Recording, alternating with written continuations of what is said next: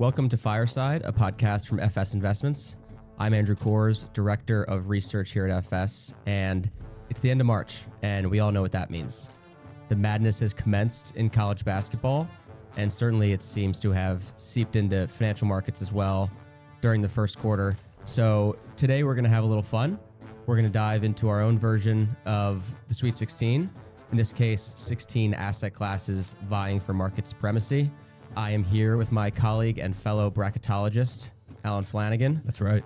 And we are going to make our picks based on which parts of the investment world appear most attractive in the current environment. So Alan, awesome to have you, and hope you've enjoyed the basketball so far. And it'd be awesome if you could just kind of walk us through what the market madness tournament will look like. Absolutely. Here. So in style fitting with where we are in the tournament, we also have a Sweet 16 here, as Andrew said.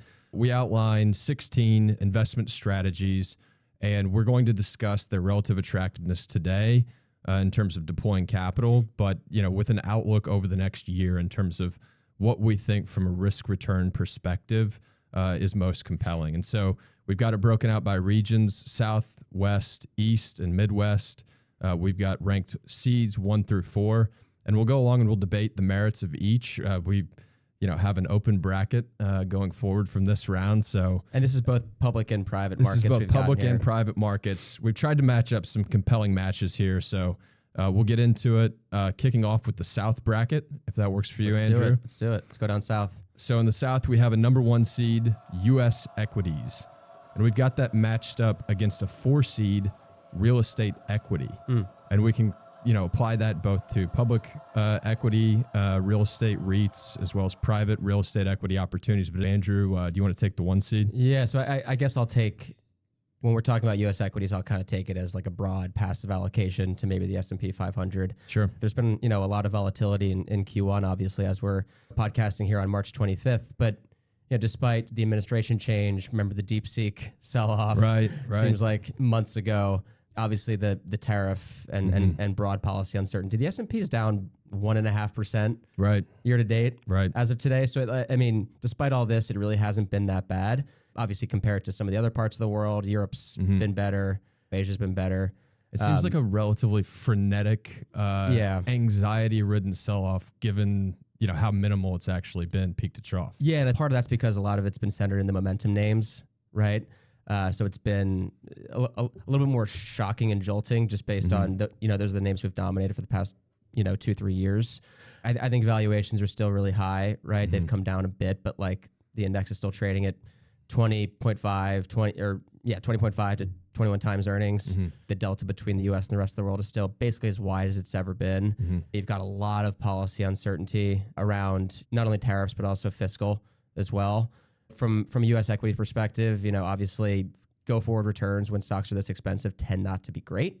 It's probably not the best entry point to U.S. equities, but sure. I think comparing it to real estate equity, I think I know who I'd choose there. Sure. So we've got a shaky 1 seed off the jump with the U.S. equity market. So for real estate equity, obviously it's been a pretty choppy past few years. Obviously there was the big jolt to the market from COVID, some peak, trough, some recovery. You put out a ton of great research on the real estate market in terms of your series, Anatomy of a CRE Correction.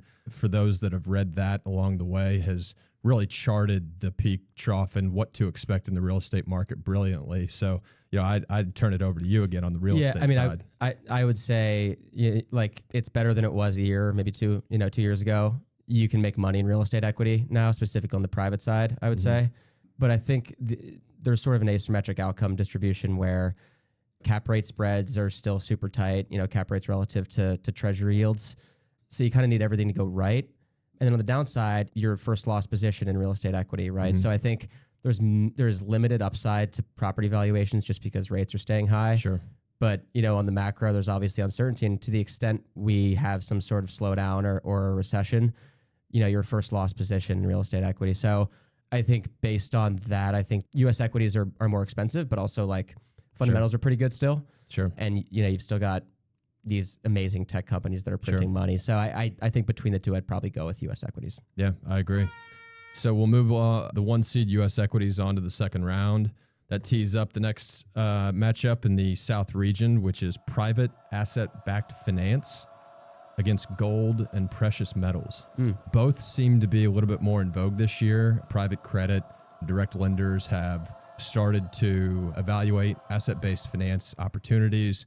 It's really somewhat of a niche market, but this is where, you can kind of pair up the classic direct lending type strategies with something that has a different source of collateral, typically a little bit higher yield profile, and are very kind of one-to-one bespoke, directly negotiated transactions where there's a carve-out typically of an asset pool that provides the collateral is the source of cash flows. And so when you think about an underwriting perspective, you're getting outside of that corporate risk and really analyzing the source of repayment from a dedicated asset pool. So it's a unique asset class that has different risk-return characteristics.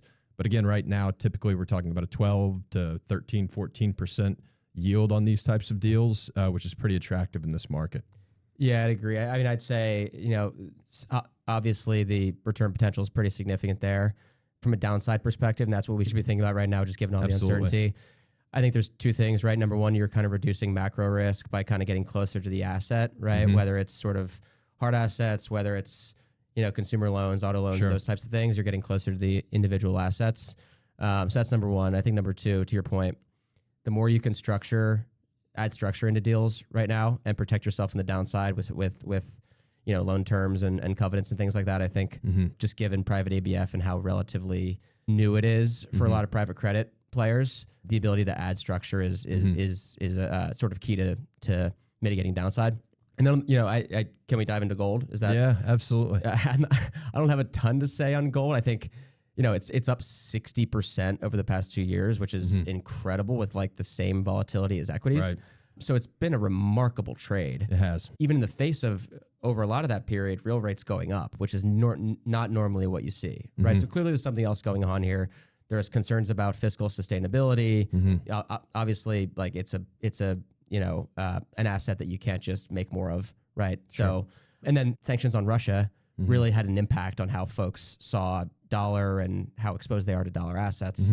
And so you're seeing, I saw a chart the other day that if you look at central banks around the world and central bank reserves, we've gone from 10% of them being in gold about a decade ago to 20% now. And that buying has really accelerated in recent years. So obviously there's a demand for it. What's the upside from here? It's tough to say. Do you have a take on that? Well, I'm one of those folks, and I know that there's a point of view in the investment world that, there's this negative connotation of gold bugs. And I'll be honest, like I've kind of had a little bit similar point of view, which is it's not really an investment. There's not a cash flow that you can discount and apply a certain rate of growth to, like there is a company or a bond or some other, cash yielding investment. It's a store of wealth, but that has performed particularly well at times and been a strong diversifier. And, I think of it too. I think there is a long history of acting as a reasonable safe haven assets in periods of market stress and geopolitical and uncertainty. And one of the things that we highlight in a recent piece focused on U.S. exceptionalism is this great chart that shows the increase in geopolitical conflicts, active military conflicts that's going on in the world. And so, we think about assets and investing often in the context of what's going on in the U.S. currently, but gold is such a ubiquitous geopolitically adopted asset class that when there's this, military conflict and geopolitical uncertainty throughout the world, there can be these additional sources of demand that ultimately flow through to, pricing in the U.S. market for gold as well. So I tend to think that gold has some aspects, some attributes that can be compelling, but ultimately, it's something that is more of a niche within a portfolio, and not necessarily a core kind of compelling strategy. So where do you shake out? I agree. I think there's certainly more of a case for it today than there has been in the recent past. But I look at these two, and I think to your, to our points, like the return potential and the downside mitigation potential of private ABF, and also being able to pair it with direct lending is really compelling. So I would vote for the 2 seed here. Yeah, absolutely. So I think, something we've talked around a little bit here is, yes, the strategy itself, but thinking about the broader context within a portfolio, and what it means and how additive it is too. So we'll move along private ABF to the next round. So moving on to the West region, the number 1 seed here is secondaries. We'll include within that private equity secondaries, private credit secondaries, real estate, but strategies that try to harvest that premium in the private markets. The 4 seed we have here is public credit. So high yield bonds, syndicated loans. Where do we stack up 1 versus 4 here, Andrew? This is an interesting one. I mean, on the credit side, spreads are super tight, right? I think high yield may have blown out 30 basis points in Q1, something like that, but still remarkably tight. The yield is still attractive. You don't have the downside worry that you do with equities necessarily. So, I think there's something to be said for public credit, maybe as in terms of hedging equity risk or taking some equity risk off the table.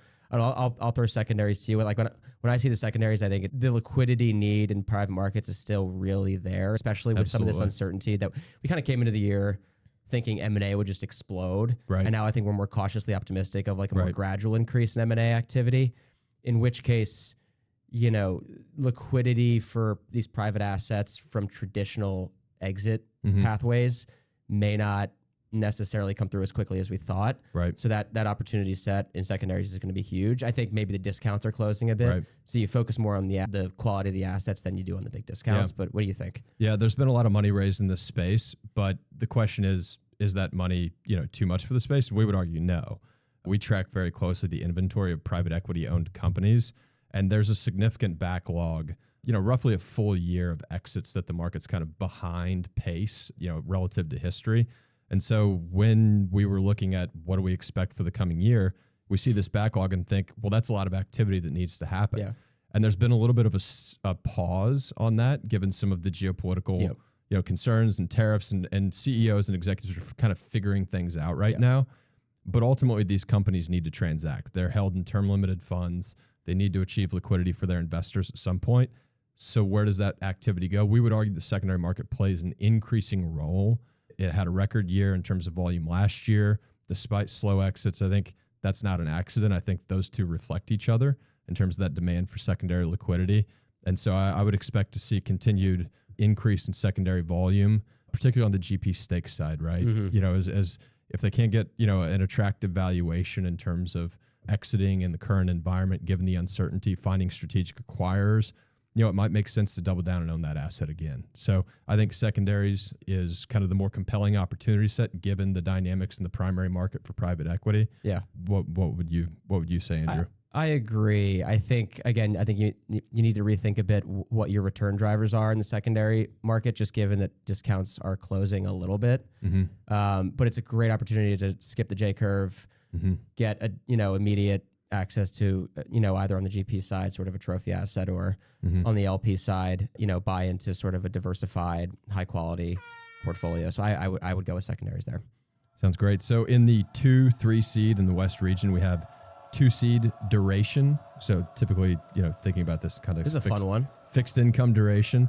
And for the 3 seed, we have real estate credit. Andrew, which of those two do you want to take? Well, I'll start with duration, because I think to me, this is the most interesting team in the field here. You've got the Treasury Secretary now, Scott Bessent, who is basically attempting to just jawbone the 10-year down, explicitly, right? It's gone from don't fight the Fed to don't fight the Treasury, and obviously a lot, part of what Doge and Elon Musk is trying to do is to help bring rates. I mean, they're very explicit that they're trying to bring rates down. Sure. And that's obviously good for duration sensitive assets. I think the problem becomes that some of the policies are going to push inflation up. We heard with the Fed. The Fed, uncertainty has the Fed on hold for now. Right. We think the Fed's on hold for now. Right. Just you can't tinker with the economy when the distribution of outcomes is so wide. Right. Right. So I think the reality is, it's going to be challenging for them to do that, especially with just everyone sees the debt load that the U.S. has. It's going to be challenging. And, I think uncertainty leads to volatility in rates. And ultimately, if you're thinking about buying, fixed rate bonds, that volatility lowers your Sharpe ratio, right? So even if you think rates do ultimately end a little bit lower, which I'm skeptical of, even if you do think that, volatility on the way is going to be really high and your Sharpe ratio is going to be not great. So I'm not super inclined to pick duration in this one. And you almost have to assume, some major economic slowdown in order for the duration trade to really pay off. Absolutely. And, we don't expect that to occur. Our view is that the economy may slow gradually as a result of some of the policy uncertainty and economic shifts underway, but, don't expect an outright recession, in which case that would be when duration would win out. But again, context dependent. don't think that's the case. So real estate credit, why would that be more compelling? Yeah, I mean, to me, like, it depends what part of the market. I mean, CMBS, if you're just buying CMBS, you've got duration risk mostly. Sure. In most cases, you've got duration risk there. So it's not balance sheet lending. Folks aren't issuing for their own balance sheet, so don't necessarily love that part of the market. But if you're talking about private credit here and private CRE lending specifically, I think it's really interesting right now. You're kind of taking advantage of most of these loans are floating rate, short term, right? So you're taking advantage of higher for longer at the short end. You're taking advantage of the fact that to the extent we do see tariffs push inflation up, generally real estate acts as some sort of inflation hedge on the fundamental side. The fundamentals actually in most sectors are looking better, save for maybe the office sector. And the opportunity set is just massive right now to take share from banks. You've got a ton of maturities, coming due in the commercial real estate loan market. So it's just a big opportunity set for lenders to come into. Sure. So it's good risk reward in that market right now. So I would go with real estate credit. Sounds good. We'll move it on to the Elite Eight. Dropping down to the East region, our 1 seed here is U.S. middle market buyouts. Our 2 seed is venture capital and growth equity. Our 3 seed is upper middle market direct lending. And the 4 seed is ex-U.S. equities. And within that, we'll include both developed market opportunities and emerging market opportunities. So in our first matchup, we've got the 1 seed U.S. middle market buyouts versus the 4 seed ex-U.S. equities. Well, I'll take the 4 seed maybe to start. Sounds great. The plucky upstart. So ex-U.S. equities, that's actually less than half of the global equity market. Yes. Yes. If you just take that's why you've got to lump them together. Exactly. It's the only way you can go up against the U.S. behemoth.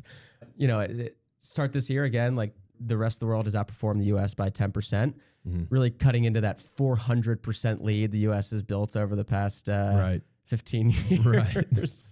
You look at it at a chart, it's like this tiny little thing. It's like the 16 seed that makes a 6-0 run when they're down 30 points already. Yeah, and you got the guy with the headband, getting all fired up. Exactly. It's like, all right, pal. Exactly. But the reality is, Europe's been better, Japan's been better. Has the fundamental case really changed all that much? I think the market has understandably reacted to the fact that the U.S. is maybe retrenching fiscally while Europe is expanding fiscally with Germany now, going to spend on defense and all that. That's great. I don't know what the fundamental case, like the U.S. is still driving productivity growth and the rest of the world really isn't. Sure. So to me, the fundamental case hasn't changed Sure. that much. EM's interesting if the U.S. starts to weaken its currency a little Sure. bit, has been talked about, but EM's still geared to tariffs. It's still, geared to uncertainty in China. So this is tough for me. Yeah. I when I look out, across the globe, it's difficult to find another market that has the same structural benefits that the U.S. market has as a starting point. When you think about things like demographics, energy production, food production, all the kind of underpinnings of a strong, stable, long-term economy. And again, highlighting back to the piece that we wrote focused on U.S. exceptionalism and what that means in a changing world, we show that the U.S. is leaps and bounds ahead of other nations in so many areas that we don't think about, on a daily basis. Yeah. That really is what will drive the future earnings of U.S. companies and businesses and economic growth. And tech, in the right? future. How many revolutionary technology companies are there in Europe? Sure. Or in Japan, right? Sure. Certainly in China there are some. Sure. And there's a couple in Europe. I don't want to downplay that too much, but the reality is that hasn't changed. And the technology ecosystem in the U.S. is just still so dominant that it's tough to see ex-U.S. outperforming for too long. Yeah. And so the flip side of that, U.S. middle market buyouts, this is a very large opportunity set within the U.S. economy of non-publicly traded companies, 200,000 plus companies with revenue between 10 million and $1 billion in annual revenue. They tend to be more isolated from non-U.S. exposure from a revenue perspective and to a degree from a supply chain perspective, which again, in this changing environment where multinational publicly traded companies, have some revenue pressures overseas. And we were talking about this yesterday, Andrew. It's not just what's the retaliatory tariff measures that can affect the earnings growth and ability to grow profitability from overseas operations for these companies. It's also kind of the cultural issue that's happening as well too, where if you have this rise in domestic nationalism where, there's a suitable domestic leading offering like a Luckin coffee relative to a Starbucks, some of what's happening right now on the geopolitical stage might have consumers just walk with their wallets down to their own national brand. There's like a cultural insularity there. I think that's developing in a lot of countries. And so when you remove that and you turn back to the U.S. middle market, these are companies that typically are priced much better, typically have growth, organic and inorganic growth, driving a significant portion of the value creation for these private equity held businesses, and tend to be less reliant on financial leverage to drive that risk return profile. So there's less rate sensitivity to that return attribution for the middle market private equity companies, which is very additive to a portfolio. Yeah, and like the way if you want a really good one seed, if you look historically, national champions, going back to basketball real quick, they tend to have both a top 10 offense and a top 10 defense. That's right. Right. So when I look at the U.S. middle market, offensively, like again, strong earnings growth historically, right? Room to grow, room for private equity companies to come in and sort of pull levers and add value. Mm-hmm. On the defensive side, which I think is really important right now, right? Absolutely. You got to lock down, just given some of the uncertainty on the macro side. I mean, number one, you've got, again, minimally exposed to trade and to geopolitical uncertainty. Mm-hmm. Number two, you've got a level of buffer that's priced in via lower entry valuation, right? So you've got like both an offensive point and a defensive point here. I think this is a really strong one seed. So I would say we move this along. What you're describing is GARP. I mean, it's exactly. Your offense is the growth. Your defense is the reasonable price, if nothing else. So, absolutely. That's really how we characterize that opportunity set. So we'll move that on to the next round. Our 2-3 seed here. 2 seed is the venture capital and growth equity market, and our 3 seed is upper middle market direct lending. So Andrew, do you want to take either of those to start? I can take the upper middle market direct lending. I mean, it's been a bit, it's been somewhat commoditized, I think, and that's not, a bad thing because it still offers 100 to 200 basis points above public markets.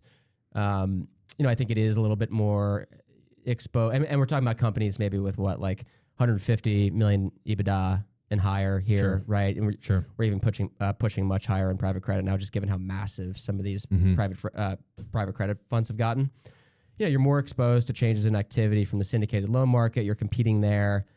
I think the upside is these are larger companies. They tend to be a bit more stable from a credit perspective. Mm-hmm. The downside is that, by competing with syndicated loan markets, this sort of eroded away some of the covenants that we've seen historically in private credit. But I think all in all, you're still getting a yield around 10%-ish in the upper middle market, right? Equity-like returns for credit-like risk. So, I think still a very compelling part of the market there. So maybe I'll throw it to you on venture and growth if you have anything on that. Yeah, absolutely. I mean, it's been, again, a segment within private equity that's been kind of rattled, had a slow recovery kind of out of COVID, and some of the 2021 highs. I mean, it was just such a frothy market in, venture and growth during those periods. You are seeing a return and uptick in deal volume. A high interest rate environment's a little challenging for venture capital. It's tough. Yeah. I mean, you've got companies with very long lead times. You got a high cost of capital. To the extent they do need to get debt financing, typically that can be pretty expensive and not really enough to drive, the cash influx that you need to grow and make those businesses more mature. There can be some compelling opportunities to gather up some kind of, VC growth equity secondaries plays. There might be big some discounts there. I would say, I mean, on the plus side, there are a lot of VC type folks in the Trump administration who are going to push for more positive regulatory changes there, probably, which is probably good for the asset class. Mm-hmm. In today's environment, I don't know. I feel like most investors are looking for something with more downside protection. Sure. To me, that doesn't scream VC and growth equity. That's kind of the necessarily, unless to your point, you're buying it with a built-in sort of buffer via the secondary market. That's a different story.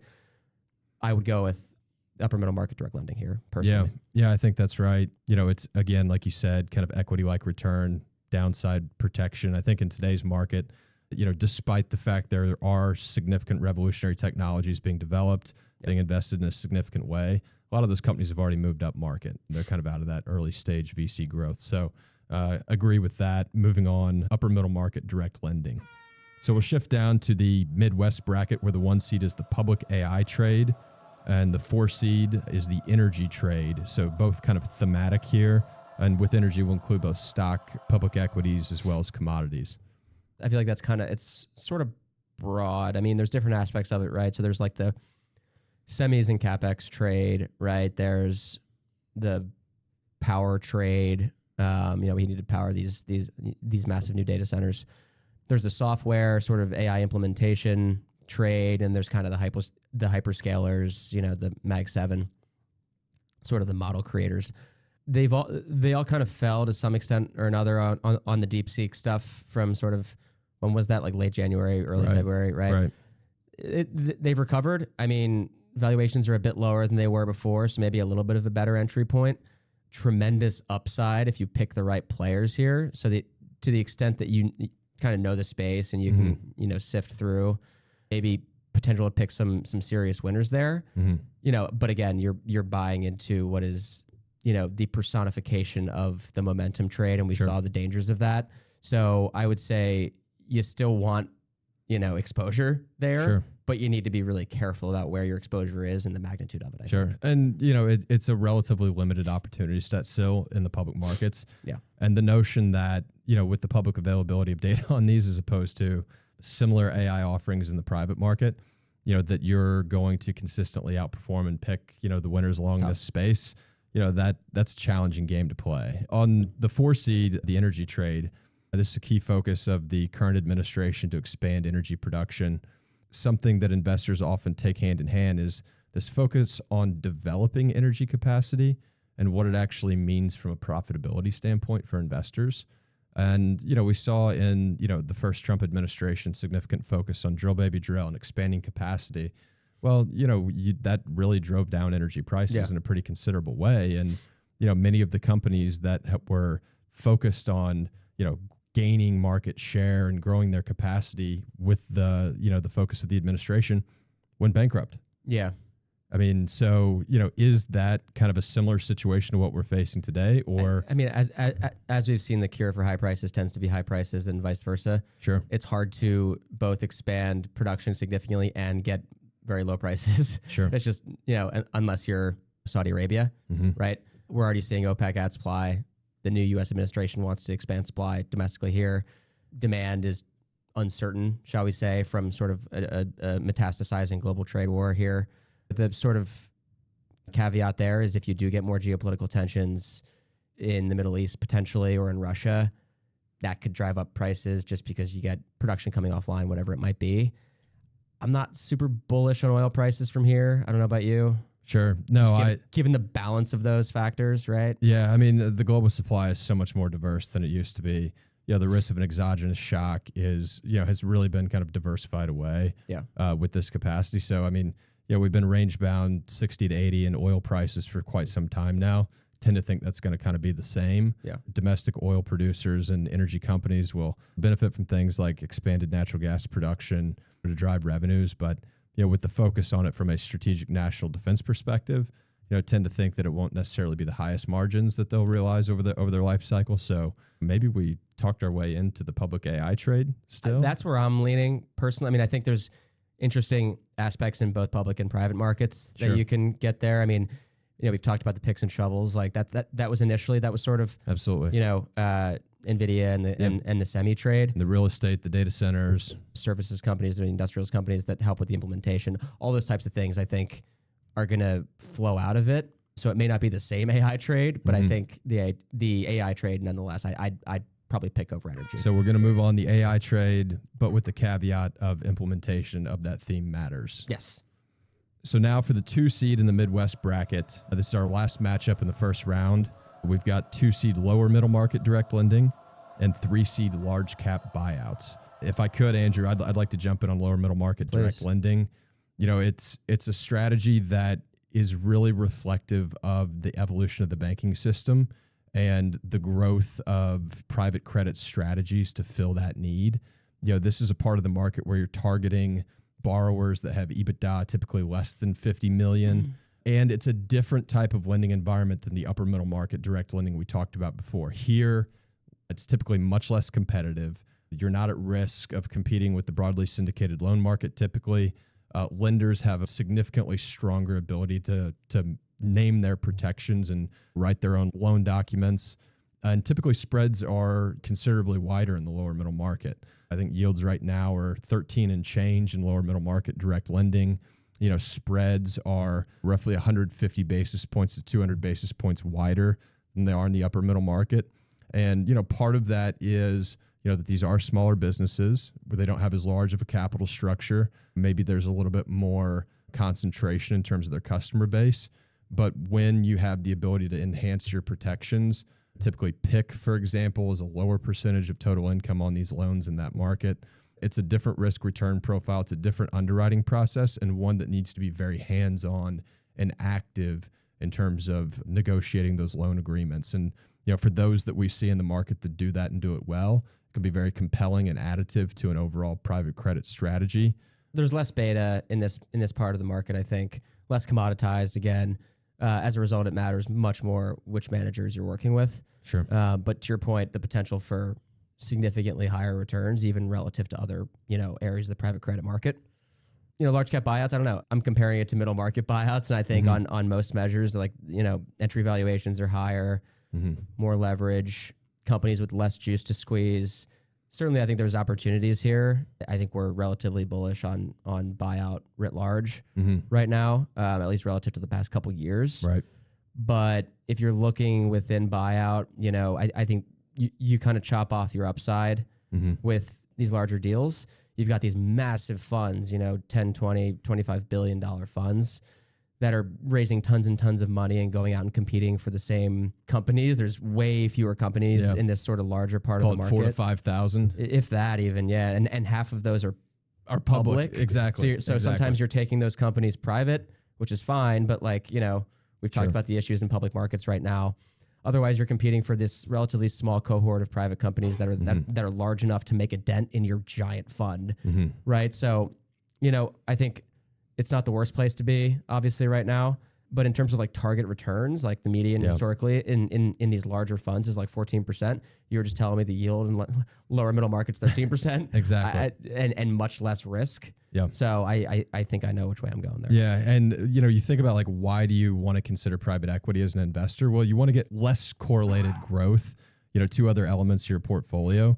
And when we look at the value creation within large cap buyouts, there's not as much from the operational improvement side of things as what you have in the middle market, where you can often add value by enhancing the management team, freeing up their time to focus on innovation and market share growth, and implementing technologies. These larger firms have typically already done all that. They've maybe gone through prior rounds of private ownership before, where value creation plans have been implemented, and so there's a little bit less juice to squeeze. And then you look at what does it mean in a portfolio context. Well, one of the ways that they meet the return targets in the larger end of buyouts is additional leverage. Well, that makes you more sensitive to things like credit spreads, to things like prevailing interest rates on your borrowing. So, when we're in this higher interest rate environment, there's a little bit of uncertainty around it. There's a little bit of angst around where credit spreads might be going. Those that are more highly levered and have that as more of a source of their return are not as well positioned as a middle market buyout, driving value through organic and inorganic growth on the revenue side. Yeah, agreed. So we'll move on, lower middle market direct lending. And that brings us to the Elite Eight. And what we're going to do now, we appreciate everybody for sticking with us through the Sweet 16 round. We're going to do a quick recap of who's left in the Elite Eight. And then we're going to rapid fire all the way through to the championship game. So in the South region, we're down to the 1 seed U.S. equities, the 2 seed private ABF. In the West region, we've got the 1 seed secondaries, 3 seed real estate credit. In the East, we've got the 1 seed U.S. middle market buyouts and the 3 seed upper middle market direct lending. In the Midwest, we've got the public AI trade and lower middle market direct lending. So we're going to go rapid fire here. Back to the South region, the 1 versus the 2 U.S. equities versus private ABF. Andrew, who's your pick? So this is over the next 12 months or so. Over the next 12 months or so. Yeah. When I look at a base case for U.S. equities, it's significantly lower returns than it has been over the past 2 years. And the downside is clearly there from higher valuations and macro uncertainty. And then on private ABF, maybe your base case is low teens, maybe 10 to low teens, and your downside is significantly less. So I think I go with the 2 seed here. I'll put it this way: if you got 8 to 10% in your public equity book over the next year, you'd be thrilled. I agree but with you're that. bearing significant downside risk to get that. I agree. And in private ABF, that's closer to your base case with less downside. I agree. Let's move on ABF. The next West region, secondaries versus real estate credit. Andrew, where are you going? Oh, that's a tough one. You know, real estate credit is really attractive right now. You know, the return of, you can kind of get 7 to 9% in that part of the market. Secondary, I don't know. This is a tough one. What do you think? Maybe I'll throw it back to you. I'll punt this one. So secondaries, I think it's very case dependent, Yeah. right? Like there's a lot of secondary strategies in the market where they're focused on harvesting a discount as opposed to acquiring high quality businesses run by high quality GPs. For that reason, I think aspects of the market, if we're talking about the market holistically, give me a little bit of pause. Yeah. I think certain strategies within that market where you're executing and looking for high quality assets that are earlier in their vintage cycle that still have significant upside, that's more compelling, but that's not the entirety of the market. So if we're talking about the market, in this case, I'd move on real estate credit. I agree with that. I think you make a compelling point there. In the East region, we've got the 1 seed middle market buyouts, the 3 seed upper middle market direct lending. Where do you want? You want growth or do you want income? To me, I mean, this 1 seed is the juggernaut right now. I think everybody needs growth in their portfolio. To me, that's the biggest challenge right now. Where do you go for that growth? We still think the U.S. economy is the most productive in the world. Mm-hmm. There's tons of value to be harvested in this economy. You just need to be very specific with where you're going to get that. And I think the U.S. middle market gets directly at that productivity and at a lot of the themes that we've been talking about. So I'm going with the 1 seed. I'm with you there. I think another way to look at it is how competitive is each market. And, upper middle market direct lending, has become much more competitive with the amount of fundraising in that space and the competition with the broadly syndicated loan market, which is extraordinarily tight. And some firms are now choosing to refinance direct loans in that market versus the U.S. middle market. 160,000 companies plus, huge opportunity set and much less trafficked, much less fundraised, seeking to target those companies. So let's move on. Middle market buyouts. In the Midwest region, we've got the 1 seed public AI trade and the 2 seed lower middle market direct lending. Again, we're talking asymmetries of risk return. That's probabilities. That seems to be the theme of this bracket is like, where can you get good base case returns with limited downside? And to me, again, that's lower middle market direct lending here. The AI trade, again, it's expensive. Like there could be some breakthrough tomorrow that sends these stocks to the moon, or there could be some, DeepSeek V2 that sends them to the floor. I don't know which one it's going to be. And really, folks are still trying to figure out how real is DeepSeek and how much of an existential risk is it. I think that's right. To our incumbent AI systems. And unless you're, a total AI nerd, I'm not sure we can solve that on this podcast. Sure. So I'm looking at lower middle market direct lending. Again, I think the Fed's on hold for a little bit here. You've got good protection in the form of covenants. You're senior in the capital structure. It just seems like a better distribution of risk reward. Agreed. And default rates in that market have remained, pretty well contained, slightly above what you're seeing in high yield and below what you're seeing in the broadly syndicated loan market. To me, that's where you're getting a spread that is giving you adequate compensation for the risk that you're taking. Now we're on to the final four. We're down to private ABF, real estate credit, U.S. middle market buyouts, and lower middle market direct lending. Our first matchup, private ABF versus real estate credit. Funny enough, real estate credit is sort of a form of ABF. That's right. So we were true to our argument throughout the bracket. We were. Yeah, we were. Absolutely. Yeah, consistent at the very least. This is a tough one because I really like both. I'm really excited about the expansion of the opportunity in real estate credit and the ability to refinance maturing loans to take share from banks. And obviously, it's sort of the same in private ABF. But I think the story is simpler in real estate credit, right? You're lending to performing commercial real estate properties with great protections and covenants, floating rate, taking advantage of the short end of the yield curve. I'd probably go real estate credit, but I'm curious what you have to say. I'm going to pick up on something you said, which is that private ABF really includes real estate credit. So what you're telling me, Andrew, is I can have all the benefits of real estate credit you just described. This is a cop-out. While pursuing private ABF. This is a win-win situation for me if I'm going to argue for private ABF. And I get to expand into all these other areas like certain consumer finance strategies, royalties, music rights. There's a lot of different things that go into the broader private ABF cycle. So do we want to get specific? No, or do we want to get more broad? While I think that was a total cop-out. Absolutely. I think you make a good point, and I can't quite argue against that. So why not have our cake and eat it too here? That's what we'll do. We'll move private ABF onto the championship. Our last round in the Final Four, U.S. middle market buyouts, which has had a dominating performance on the way, knocked off ex-U.S. equities, both developed market and emerging markets. Wow. And also what a run. And also knocked off upper middle market direct lending. Quite the trail of tears in its wake. So that is paired up against the 2-seed lower middle market direct lending to see who goes on to the championship. This time you started off, so I don't have to look like an idiot and talk first. Well, now this is going to go, reverse on me real quick. I'll start out on lower middle market direct lending. Again, I go back to the competition point, which you're going to make as well for middle market buyouts, but it's an attractive income-oriented strategy at this point. The spreads are, about as wide relative to upper middle market as they've been in a number of years. And when you see large private credit lenders raising the money that they are and really focused on growing that AUM in the upper market and even into the investment grade private space, to me, that incentivizes those lenders to really focus on capital deployment over underwriting. And I think while there are a lot of great upper middle market direct lending that are true upper middle market instead of large cap strategies, the lower middle market is where you really see the value come to play with the terms and the underwriting. But I'm curious how this is going to come back on me here. No, I agree. I think if I'm thinking about investors, what are they really looking for right now?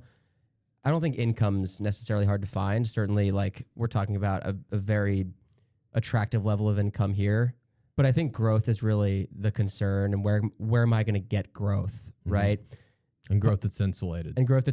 Exactly, and not exposed to a lot of these macro risks.